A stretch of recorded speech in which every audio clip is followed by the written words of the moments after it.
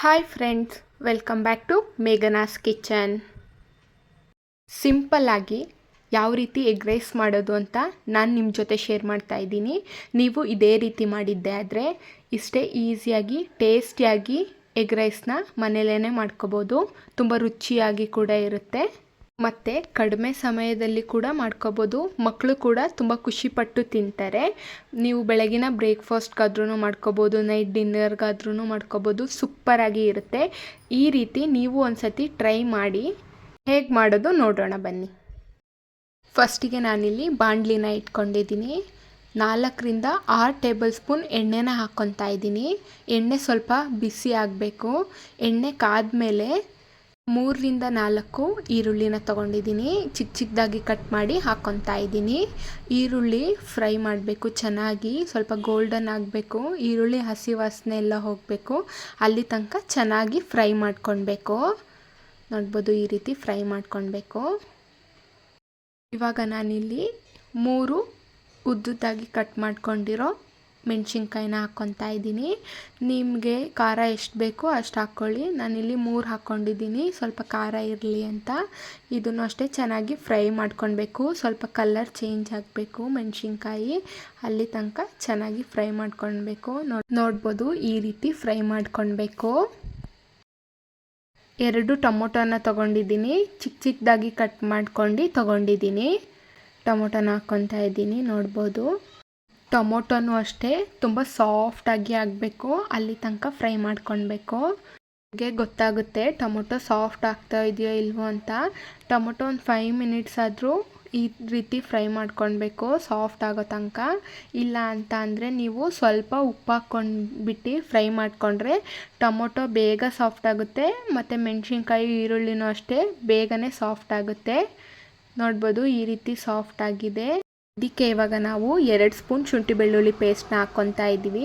ಶುಂಠಿ ಬೆಳ್ಳುಳ್ಳಿ ಪೇಸ್ಟು ಸ್ವಲ್ಪ ಜಾಸ್ತಿನೇ ಹಾಕ್ಕೊಂಡ್ರೆ ಟೇಸ್ಟು ಕೂಡ ಅಷ್ಟೇ ಚೆನ್ನಾಗಿರುತ್ತೆ. ಹಾಗಾಗಿ 2 ಸ್ಪೂನ್ ಹಾಕ್ಕೊತಾ ಇದ್ದೀನಿ. ಶುಂಠಿ ಬೆಳ್ಳುಳ್ಳಿ ಹಾಕ್ಕೊಂಡಿರ್ತೀವಲ್ಲ ಅದನ್ನು ಅಷ್ಟೇ ಚೆನ್ನಾಗಿ ಫ್ರೈ ಮಾಡ್ಕೊಳ್ಬೇಕು. ಸ್ವಲ್ಪ ಎಲ್ಲ ಹಸಿ ವಾಸನೆ ಎಲ್ಲ ಹೋಗ್ಬಿಟ್ಟು ಶುಂಠಿ ಬೆಳ್ಳುಳ್ಳಿ ಪೇಸ್ಟಿನ ಫ್ಲೇವರ್ ಬರಬೇಕು, ಅಲ್ಲಿ ತನಕ ಫ್ರೈ ಮಾಡ್ಕೊಳ್ಬೇಕು ಚೆನ್ನಾಗಿ.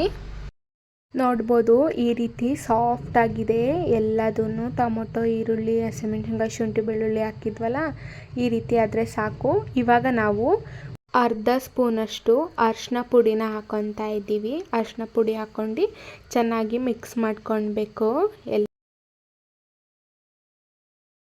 ಹಾಗೆ 1 ಸ್ಪೂನಷ್ಟು ಚಿಲ್ಲಿ ಪೌಡರ್ನ ಹಾಕ್ಕೊತಾ ಇದ್ದೀವಿ. 1 ಸ್ಪೂನಷ್ಟು ಧನಿಯಾ ಪೌಡರ್ನ ಹಾಕ್ಕೊತಾ ಇದ್ದೀನಿ. ಹಾಗೆ 1 ಸ್ಪೂನಷ್ಟು ಗರಂ ಮಸಾಲಾನ ಹಾಕ್ಕೊತಾ ಇದ್ದೀನಿ. ರುಚಿಗೆ ತಕ್ಕಷ್ಟು ಉಪ್ಪನ್ನ ಹಾಕ್ಕೊತಾ ಇದ್ದೀನಿ. ಇದನ್ನೆಲ್ಲ ಹಾಕ್ಕೊಂಡ್ಬಿಟ್ಟು ಚೆನ್ನಾಗಿ ಮಿಕ್ಸ್ ಮಾಡ್ಕೊಳ್ಬೇಕು.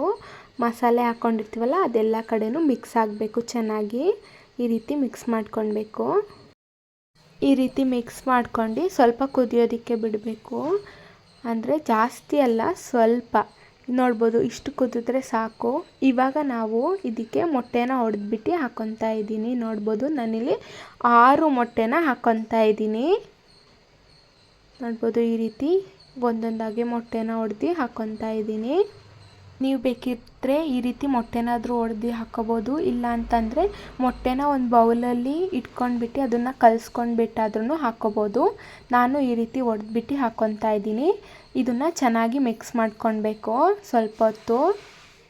ನೋಡ್ಬೋದು, ಚೆನ್ನಾಗಿ ಮೊಟ್ಟೆ ಎಲ್ಲ ಮಸಾಲೆಗೆಲ್ಲ ಮಿಕ್ಸ್ ಆಗಬೇಕು. ಆ ರೀತಿ ಮಿಕ್ಸ್ ಮಾಡ್ಕೊಳ್ಬೇಕು. ಲೋ ಫ್ಲೇಮಲ್ಲಿ ಇಟ್ಕೊಂಡು ಮಿಕ್ಸ್ ಮಾಡ್ಕೊಳ್ಳಿ ಚೆನ್ನಾಗಿ, ಇಲ್ಲಾಂದರೆ ಸಿಯೋ ಚಾನ್ಸಸ್ ಇರುತ್ತೆ. ಹಾಗಾಗಿ ಈ ರೀತಿ ಮಿಕ್ಸ್ ಮಾಡ್ಕೊಳ್ಬೇಕು. ಈ ರೀತಿ ತಿರುಗಿಸ್ಕೊತಾ ಇರಬೇಕು. ತಳ ಸಿಯೋದಕ್ಕೆ ಬಿಡಬಾರ್ದು. ಮಧ್ಯ ಈ ರೀತಿ ಫ್ರೈ ಮಾಡ್ತಾ ಇರಬೇಕು. ಲೋ ಫ್ಲೇಮಲ್ಲಿ ಇಟ್ಕೊಂಡು ಮಾಡಬೇಕು. ಇಲ್ಲಿ ನಾವು ಮೊಟ್ಟೆನ ಎಷ್ಟು ಫ್ರೈ ಮಾಡ್ತೀವೋ ಹಸಿ ವಾಸನೆ ಎಲ್ಲ ಹೋಗಬೇಕು. ಅಲ್ಲಿ ತನಕ ಮೊಟ್ಟೆ ಸ್ಮೆಲ್ಲೆಲ್ಲ ಹೋಗಬೇಕು. ಅಷ್ಟು ಚೆನ್ನಾಗಿ ಫ್ರೈ ಮಾಡ್ಕೊಳ್ಬೇಕು. ನೋಡ್ಬೋದು, ಈ ರೀತಿ ಮೊಟ್ಟೆ ಫ್ರೈ ಮಾಡ್ಕೊಳ್ಬೇಕು. ಈ ರೀತಿ ಆದರೆ ಸಾಕು. ಇದಕ್ಕೆ ನಾವಿವಾಗ ರೈಸ್ನ ಹಾಕ್ಕೊತಾ ಇದ್ದೀವಿ. ನಾನಿಲ್ಲಿ 2 ಸ್ಪೂನ್ ರೈಸ್ನ ಹಾಕ್ಕೊತಾ ಇದ್ದೀನಿ. ರೈಸ್ನ ಹಾಕ್ಕೊಂಡ್ಬಿಟ್ಟು ಚೆನ್ನಾಗಿ ಮಿಕ್ಸ್ ಮಾಡ್ಕೊಳ್ಬೇಕು. ರೈಸಿಗೆಲ್ಲ ಕರೆಕ್ಟಾಗಿ ಮಿಕ್ಸ್ ಮಾಡ್ಕೊಳ್ಬೇಕು. ಎಲ್ಲ ಕಡೆನೂ ಮಸಾಲ ಮತ್ತು ಎಗ್ಗು ಎಲ್ಲ ಕಡೆನೂ ಮಿಕ್ಸ್ ಆಗಬೇಕು ಸರಿಯಾಗಿ ರೈಸಿಗೆಲ್ಲ. ನೋಡ್ಬೋದು, ಈ ರೀತಿ ಸರಿಯಾಗಿ ಮಿಕ್ಸ್ ಮಾಡ್ಕೊಳ್ಬೇಕು. ನೋಡ್ಬೋದು ಈ ರೀತಿ ಮಿಕ್ಸ್ ಮಾಡ್ಕೊಂಡು ಇಟ್ಕೊಳ್ಬೇಕು. ಮೇಲ್ಗಡೆ ಕೊತ್ತಂಬರಿ ಸೊಪ್ಪನ್ನು ಹಾಕ್ಕೊತಾ ಇದ್ದೀನಿ.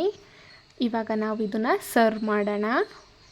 ನೀವು ಇದೇ ರೀತಿ ಇಷ್ಟೇ ಸಿಂಪಲ್ಲಾಗಿ ಮತ್ತು ಟೇಸ್ಟಿಯಾಗಿ ಎಗ್ ರೈಸ್ನ ಮಾಡ್ಕೋಬೋದು. ಮಕ್ಕಳು ಕೂಡ ತುಂಬ ಖುಷಿಪಟ್ಟು ತಿಂತಾರೆ. ಹಾಗೆ ಕಡಿಮೆ ಸಮಯದಲ್ಲೂ ಮಾಡ್ಕೋಬೋದು. ಸಿಂಪಲ್ಲಾಗಿ ಎಗ್ ರೈಸ್ನ ನೀವು ಮಾರ್ನಿಂಗ್ ಬ್ರೇಕ್ಫಾಸ್ಟಿಗಾದರೂ ಮಾಡ್ಕೋಬೋದು, ನೈಟ್ ಡಿನ್ನರ್ಗಾದ್ರೂ ಮಾಡ್ಕೋಬೋದು. ಸೂಪರಾಗಿ ಇರುತ್ತೆ. ನೀವು ಒಂದ್ಸತಿ ಈ ವಿಧಾನದಲ್ಲಿ ಟ್ರೈ ಮಾಡಿ. ಈ ರೆಸಿಪಿ ಏನಾದರೂ ಇಷ್ಟ ಆದರೆ like, share, comment and subscribe. Thank you for watching.